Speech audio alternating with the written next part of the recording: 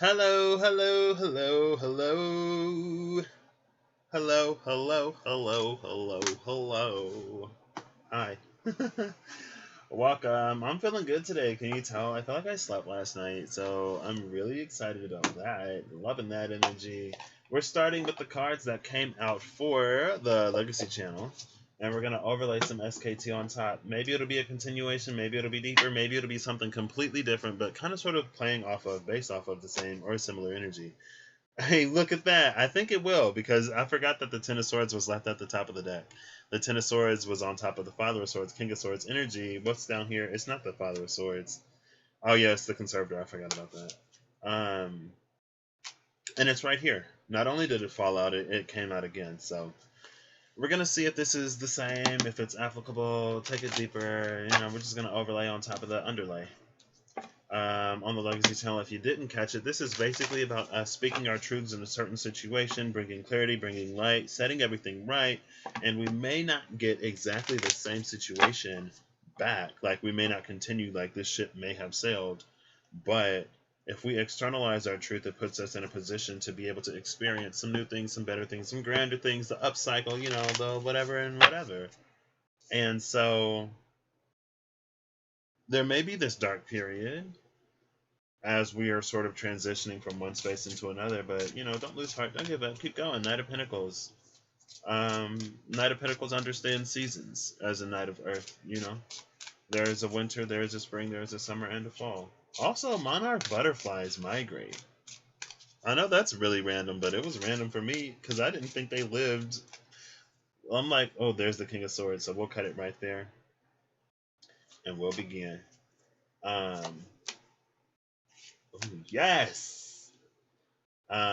So, and then I'll get one card jump. Yeah, I didn't know how long butterflies lived, so I just found out that they migrate south for the winter, and they huddle together in trees to keep each other warm. I was like, what? Butterflies live for longer than one season? I mean, because, you end... Well, when do caterpillars go into their cocoons? Because all the insects go away, and then it ain't like it's butterflies at the beginning of spring, right? I don't know. Maybe there are. Maybe they just take an extended vacation. Anything linking these two together? I'll give it 3 more shuffles. If nothing comes out, then I'm going to assume no. Girl! Oh! Okay, thank you. This card stayed, so we'll keep that one. Oh, I was so concerned. I was going to take him. But as I picked him up, one card stayed. I was like, okay, whew, thank you. Thank goodness.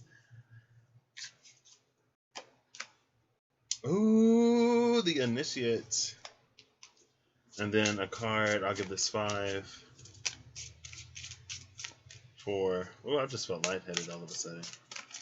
3. 2. 1 more. Nope. Okay. Let me get that cut right there. With the Erudite and this card. So, bottom of the deck over here is the Warrior, the Sun, and I love it. Featuring the Sun energy, featuring Leo energy. So on the Legacy channel, we had the Devil as the overall. Over here, we get the Sun, right? I think the only difference really is that over here, at least the intention is that we're a little bit more intentional about the work that we do, right? And so it's like we're more or less already in this space of beginning to take things into our own hands. It's more of a continuation over here. Sometimes, right? And I feel like, 1 second. Ooh, well, might as well shoot. I'm sorry. I'm such a happy little consumer, y'all. I saw an ad for the Grande Stacker box, for the Grande Stacker at Taco Bell. Then that night, literally, I was like, I want Taco Bell. I've been seeing all these Pop-Tart Bite commercials. I was in the store. I was like, I'll try them. And I actually love them. I think I like them better than Pop-Tarts, low-key. I just had to get some water. So, and I think that's one reason why things like when I first started utilizing both channels, it was like things were rougher over here and a little bit lighter over there. But now we're getting into this space where things are lighter over here because we're in a space to progress forward more intentionally, and things are starting to get a little bit rougher over there because we're coming into this space where, Pluto going direct. It's like when Pluto was retrograde, maybe Pluto was giving us the opportunity to really put these things to bed before the night of the living dead. And now it's all coming back, right? Pluto was like, I held back the waters for y'all. If y'all ain't take care of it, then that ain't my responsibility. And then Saturn and Jupiter is like, yeah, we about to get out of here. We gonna be out of Capricorn by December 20th. We gonna be in Aquarius, and Pluto is gonna be in there doing whatever Pluto was doing. It's like Jupiter and Saturn are getting out of Dodge. Like, girl, the more you have left unresolved, though, the more you have to deal with. And it's also interesting that we have three majors: the Chariot, the Fool, and the Hermit. The Chariot, the Initiate, and the Erudite. Clarifying this Chariot card, we have the Two of Swords. And the Two of Swords clarifying the Chariot now, to me, is saying that we are in a space where we are harnessing both our dark and our light, where we're moving forward as this united front within ourselves, right? The last card we had from the Energy Oracle yesterday was Action on the Legacy channel. And in Action, there's a dark horse and a light horse, and they're both running no reins, no charioteer, no nothing. Right? They're just in the space to make those decisions and to move in alignment themselves. And I feel like that's what this is. I don't feel like this Two of Swords energy is, again, it's holding both the light and the dark at the same time and moving forward in this way that aligns with the divine. And maybe that is what, if you follow me, I don't know if anyone does, but if you followed me from the Legacy channel, I think this is really like when we're in the space, because I was talking about Contract came out yesterday behind the door to romance. And it was like, it feels like the real contract here is all of the work that is done to open up this door to an actual romance. The actual romance itself is not contracted because love doesn't abide by contracts. Love itself is the contract, all right? I love you, you love me. That's all we need to continue to show up and do for each other. We don't need to be bound by anything to make these choices because love puts us in that space. Unconditional love puts us in that space. As long as we are honoring ourselves and each other, there's nothing that need tie us together. There's no tie, no bond that's stronger than that. And the contract is actually these things that teach us to be a little bit more, or a lot of bit more, unconditional with our love. And once we reach that and are approaching that threshold with a dedication of unconditional love, that's when like true romance comes in, true partnerships, familial, romantic, platonic, business, all of that. Because we're honoring in a space to fully honor ourselves and someone else. And fully honoring yourself includes this, holding both the light and the dark. You go through your dark times and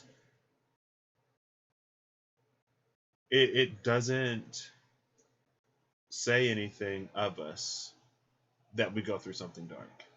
I feel like, and I know that I talk pretty strongly sometimes, and I can tell how easy that it could be to kind of sort of, I feel like sometimes I talk a little bit stronger than what the message is, and it may get a little lost.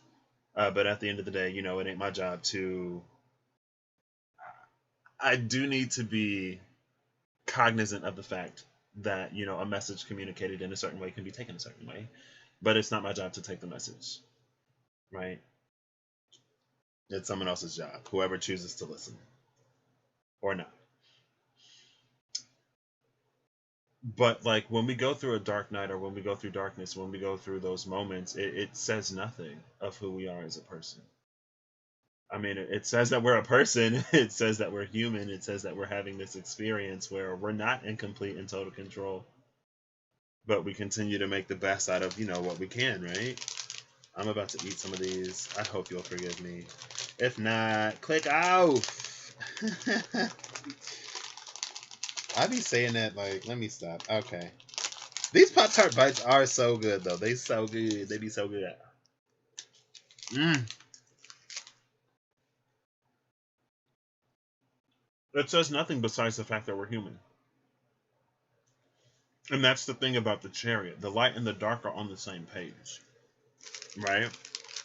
And sometimes the darkness exposes to us things that we need to see. Maybe feelings that we're not honoring, acknowledging, and accepting. Things that need to be honored, acknowledged, and accepted, because if not, then they continue to pile up.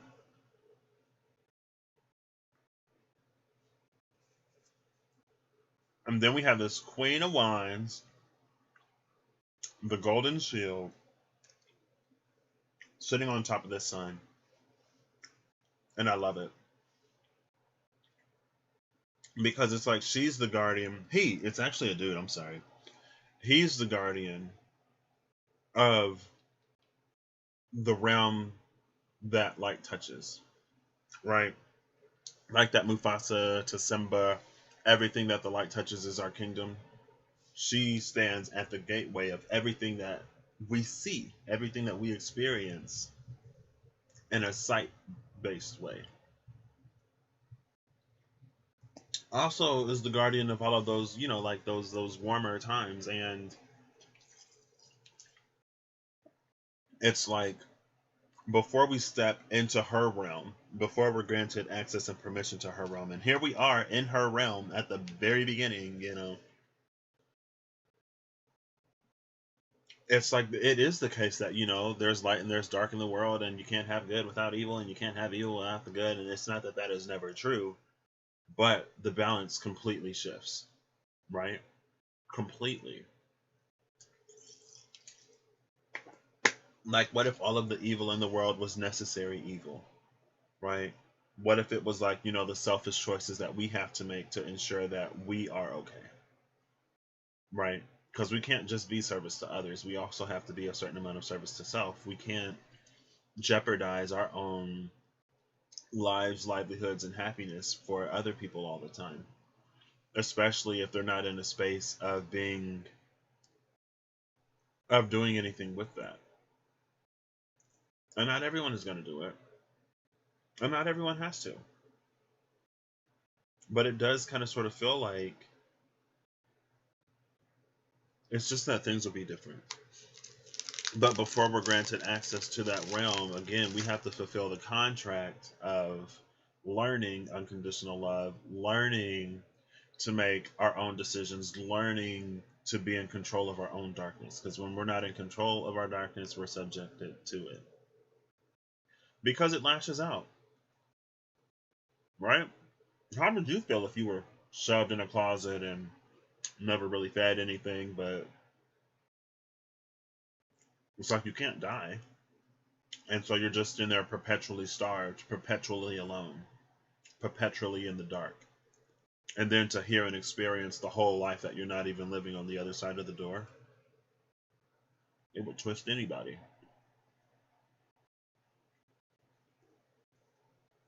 So now we have this Fool, clarifying the Six of Cups, and the Five of Wands, clarifying the Three of Cups. Not clarifying, they're just on top. This is interesting because this energy, it takes me right here with the Knight of Pentacles. Oh, both of these are Virgo energy. Interesting. Mutable Earth. With the Knight of Pentacles and the Five of Pentacles, I feel like it's the space of transition. While we're learning something new, while we're learning that not everything is worst case scenario like it was in the past, while we're learning to bring these things into balance, right? Because as we venture further into this new space, we learn more, we're exposed more, we get further and further away from the space that we're coming out of. And more so than conflict, I just feel like it's a mindset to continuously stand victorious. It's almost like the Seven of Wands, but we haven't yet claimed that victory. Kind of sort of because it can be gone at any moment, but not but it's not as fickle as that. It's like you never reach the end. You don't reach the end of your life until you reach the end of your life. And we're always initiates in some ways. We're always growing, always expanding, always learning. Even the keeper is an initiate, but she's an initiate who knows what she knows.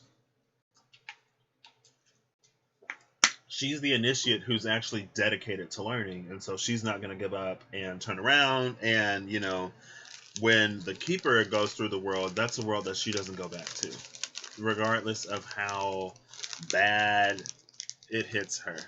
And again, it's not that she's perfect all the time, but there's a difference between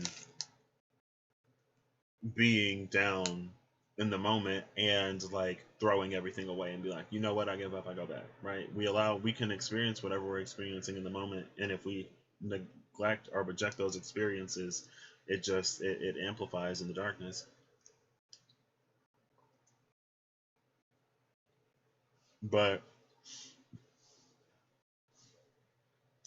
here we are in this brand new space of rewriting everything that we thought we knew. And it's like, try as they might, they never touch this person's light. Right? They can cross the staff. You can cross the staff, sure, but they never touch the light. They never touch the torch. That's when we put our light above all of the burdens. And there is this Ten of Wands type feeling here as well.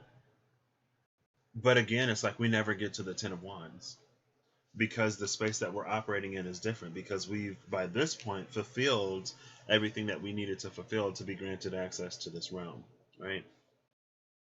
So now we're ending with the Ace of Swords and the Hermit. I love this. I love this.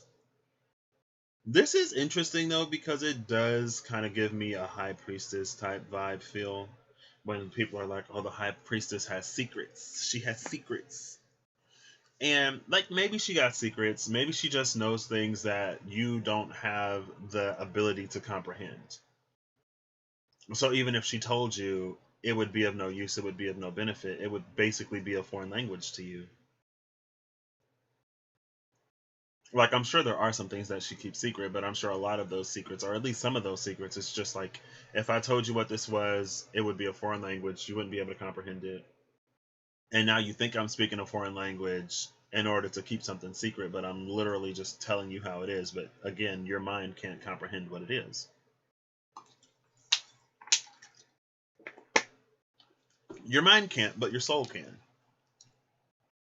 This is soul comprehension. Things that cannot be, even if we communicate them, they can't be integrated or understood, because it's something that the soul comprehends, not something that the brain comprehends, or even the heart to a certain degree. The heart may not even be able, especially the lower heart, but they say we got a lower heart and a higher heart. It's a soul level comprehension, and that's why it's the light and the urn. Right? Without that soul integration piece, it's incomprehensible. It just is. And that's why it's important for us to discover our own truths moving forward. Because other things will just be, they'll continue to remain incomprehensible. They'll continue to remain elusive. They'll continue to remain mysterious. And yeah, I mean, we got the whole gosh darn sun over here, trying to bring it into the light of our awareness. The warrior, there's her sword. Mm-hmm. No Archangel Commander today. That's what I got. What does that mean? I don't know. Take it as it resonates. This is going to be my whole Take It As It Resonates channel. I did a Take It As It Resonates reading on the Legacy channel last night. I don't know why. I thought the Hierophant spread would be a good thing to do, because I'm just like, I don't know what this means. Like, I do, but I don't know what we're supposed to do with this. Like, what is, hello? Ooh, I see the Ten of Cups. Uno. That's the wild card at Uno. The Ace of Cups. Okay, all right. Ooh, yes. Ace of Cups up top. What's coming out with this Ace of Cups? The Eight of Swords. All right, not bad, not bad. What's coming out to beat the Eight of Swords, though? The Five of Cups. Oof. Okay, well. Well, that's not bad. Because sometimes we have to experience, like if we don't experience those Five of Cups feelings, then it keeps us stuck in the Eight of Swords state. Because it's things that we're not acknowledging, and without acknowledging them, it continues to affect us in ways that we won't understand.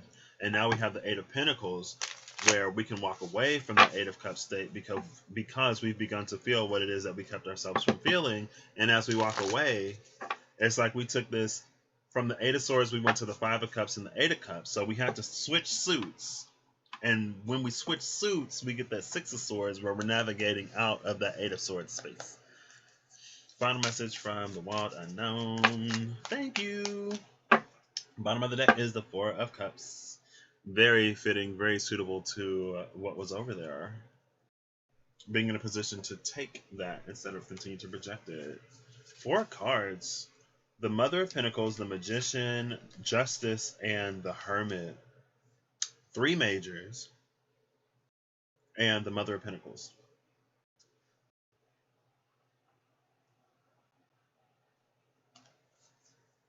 So with the Magician and the Mother of Pentacles, this is all about manifesting stability. But the stability that we manifest, it's also tied with the Six of Pentacles type feeling. It's very like you're blessed to be a blessing type of energy. Because nurturing and supportive, financially, materially, resourcefully, providing resources is part of the Mother of Pentacles' energy. So any abundance that we're coming into, there is purpose behind it. There's impact that's supposed to be made with it. And then we have Justice in the Hermit. I feel like Justice in the Hermit is, y'all can't see it. I feel like Justice in the Hermit is that like not everything and everyone is necessarily to be given to, because again, this abundance, it's for a reason. Partly to make us happy and make us comfortable as our reward for doing, whatever. And not necessarily just a reward, but because, the earth is naturally abundant. And as denizens of earth, we're supposed to live a naturally abundant life. Excuse me.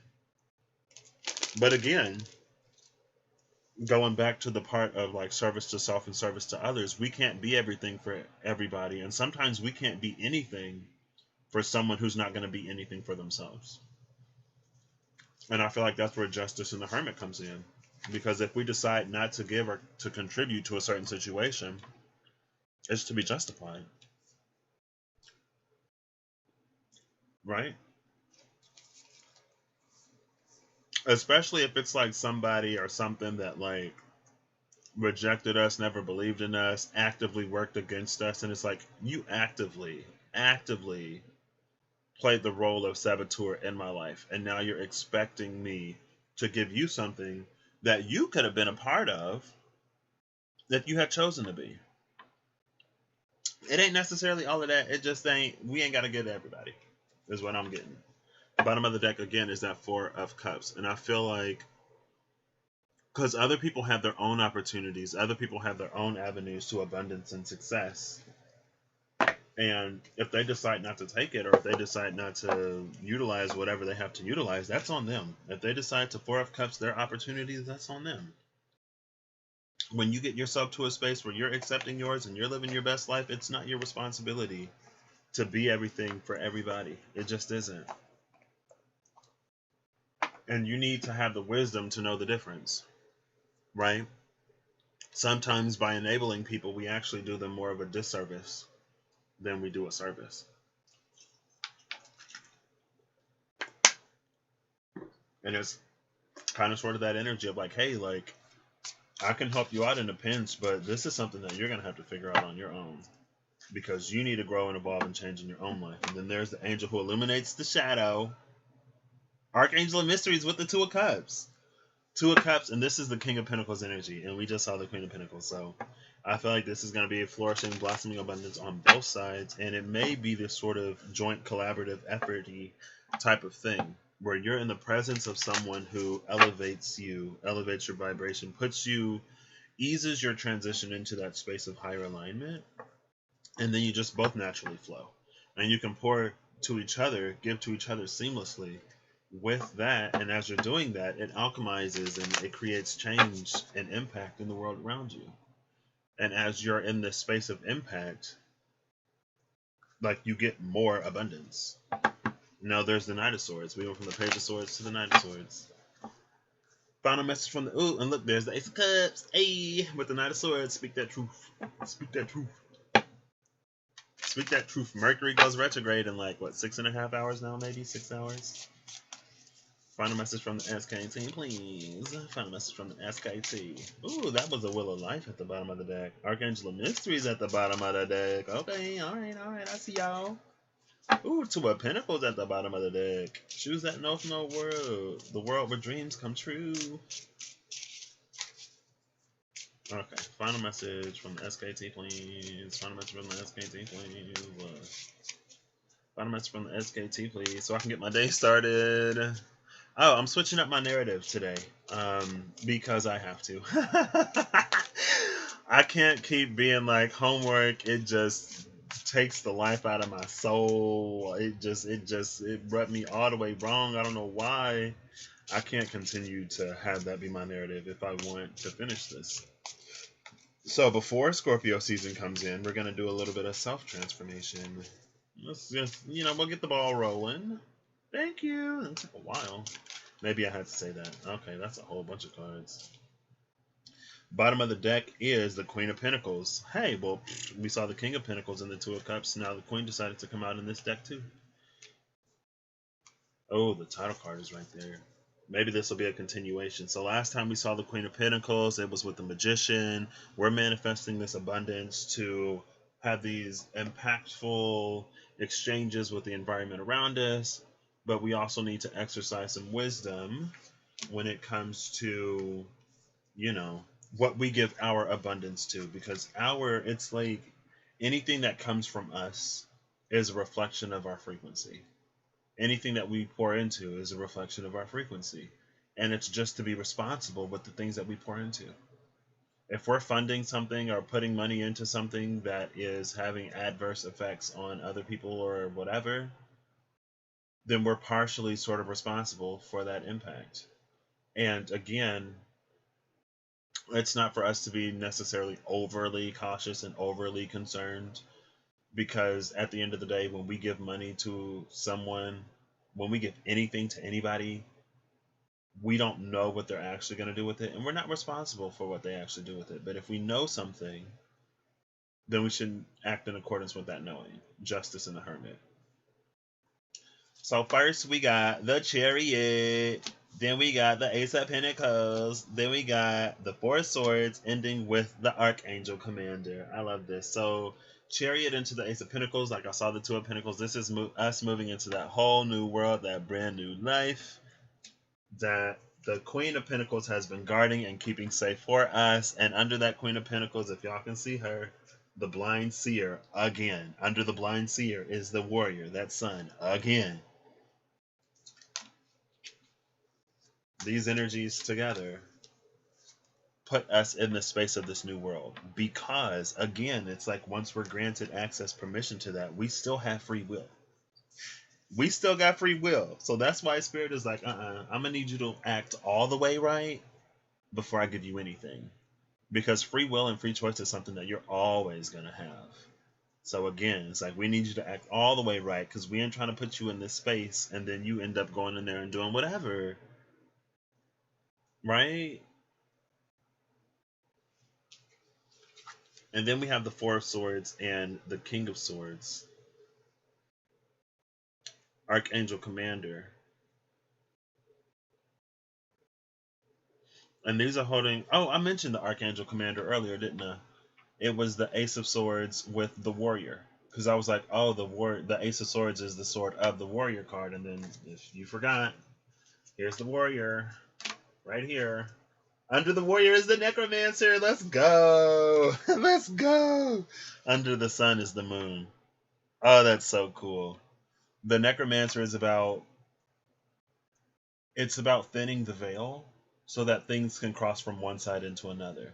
This necromancer, I believe, is about thinning the veil so we can cross from this side into this side.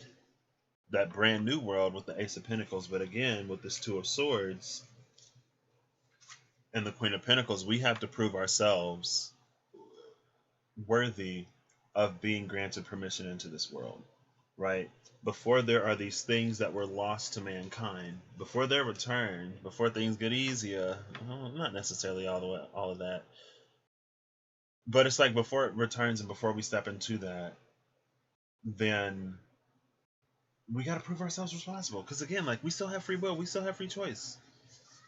Why like we cannot go into a new space and do the exact same gosh darn thing, like humans trying to escape planet Earth before, the planet does whatever. It's like, well, have y'all even learned y'all lesson? Are y'all just gonna go to a different planet that's capable of supporting life, strip that one of life, and then do the same thing, parasite y'all way through the galaxy, through the universe? Like, no, we ain't doing that. We ain't about that. If you can't give to nothing, you stay on the rock that you helped destroy.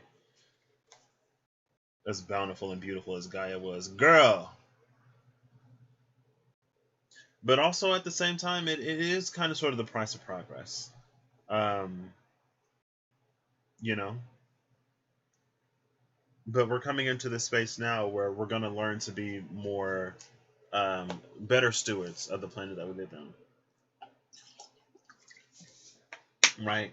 There was a point in time where we were doing everything just because we could do it. Maybe now we'll be actually asking ourselves, like, is this something that we should try to do? Like, is this even worth, looking into? Potentially destroying, the universe. I don't know. But here we go, y'all. Going into that brand new world because we are aligned with ourselves and being in this space. Oh yeah, the warrior had the Ace of Swords, and I was like, oh, no Archangel Commander here, and then here's the Archangel Commander.